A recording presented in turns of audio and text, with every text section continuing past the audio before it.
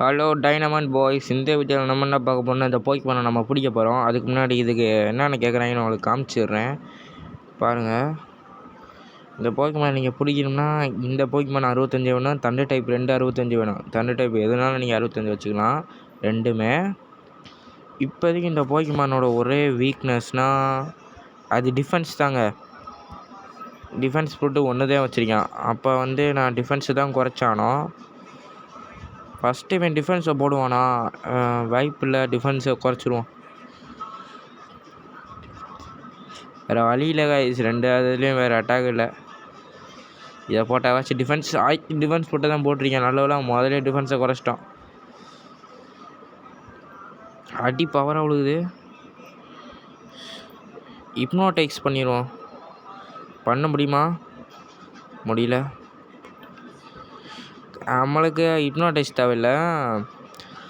வா தண்டர். அவ்வளோதான் கைஸ், நாம் ஃபாஸ்ட் ஆகிட்டோம். இன்னும் ஒரு அட்டாக் டிஃபென்ஸுக்கு லைட்டாக இன்னும் கொஞ்சம் குறைச்சா போதும். டிஃபென்ஸ் அதை விட்டு வெளியே வந்துடும். ஹிப்னோடைஸ் வேலை செஞ்சுன்னா தரமாக இருக்கும். இது அட்டாக்லாம் பயங்கர பவராக இருக்குது. ஹிப்னோடைஸ் வேலை செய்யலை. ஊய் என்ன கைஸ் இது?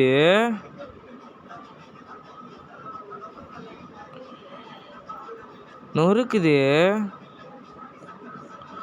சார். நான் ஒரு சின்ன ஐடியா பண்ணியிருக்கேன். இது லைஃப் கொஞ்சம் குறையிற வரைக்கும் தான் அடிக்கும். அப்போ அது லைஃப் ஃபுல்லாக நம்ம வேஸ்ட்டு பண்ண வைக்க போகிறோம். 4 லைஃப் இருக்குது. ஏற்கனவே லைஃப் யூஸ் பண்ணிடுச்சு. இப்போ நான் என்ன பண்ணுறேன்னா அப்படியே பாருங்க. இதே மாதிரி நீங்கள் பண்ணிங்கன்னா ஈஸியாக ஜெயிச்சிடலாம்.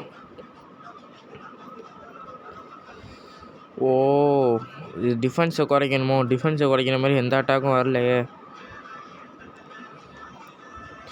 ஈஸி கைஸ், டிஃபென்ஸை குறைச்சாச்சு. இது நம்ம என்ன பண்ண போகிறோன்னா, நான் பண்ணுறதை அப்படியே நீங்களும் பாருங்கள். ஃப்ரூட் வச்சுக்கிங்களா, இந்த மாதிரி அப்படியே ஒரு ஃப்ரூட்டை போட்டுட்டு ஏதோ டிஃபென்ஸை குறைக்கிற அட்டாக் இருந்தால் நீங்கள் டிஃபென்ஸை குறைச்சிங்க போட்டு. டெத்து வரையும் குறைச்சிச்சா? ஐயோ, லைஃப் ரே போட்டுருவான். சரி கைஸ், பிரச்சனையே இல்லை.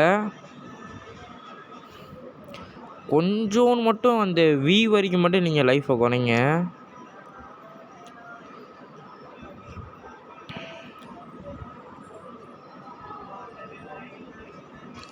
அந்த விஐக்கு மட்டும் லைஃபை அவ்வளோதான் கைஸ். லைஃப்பில் யூஸ் பண்ணிட்டான். சார், என் பிளான் வேஸ்ட்டாக போயிடுச்சு. நான் அப்போயே யூஸ் பண்ணியிருக்கணும்னு நினைக்கிறேன். போடு கைஸ், எஜ்ஜூட்டி போட்டு தான் ஆனால் அவன் பவராக போட்டு நிற்கிறியாண்ணா.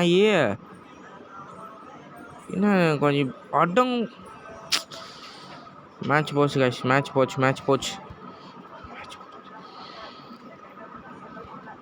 இந்த ஒன்று தான் இருக்குது. 2 லைஃப் இருக்குது. முடிஞ்ச அளவுக்கு இது சேஃப்டி பண்ணணும்.